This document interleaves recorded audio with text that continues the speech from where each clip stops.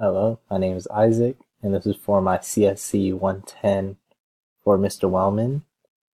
And I'll be doing exercise 13 of chapter 6. So the first thing I did was def slope x1, y1, x2, y2, delta y.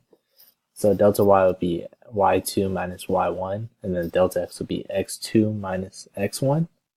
And pretty much to get the slope, you will get the delta of y and divided by the delta of x. We'll return the slope, and if when we print slope with these numbers as being x1, y1, x2, and y2.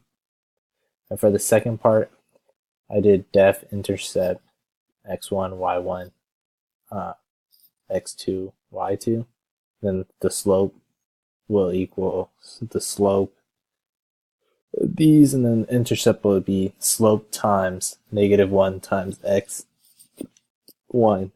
plus y1, and we return intercept. And if we print the intercept of the y or x1, y1, x2, y2, we should get for this top one 2 and this bottom one 5.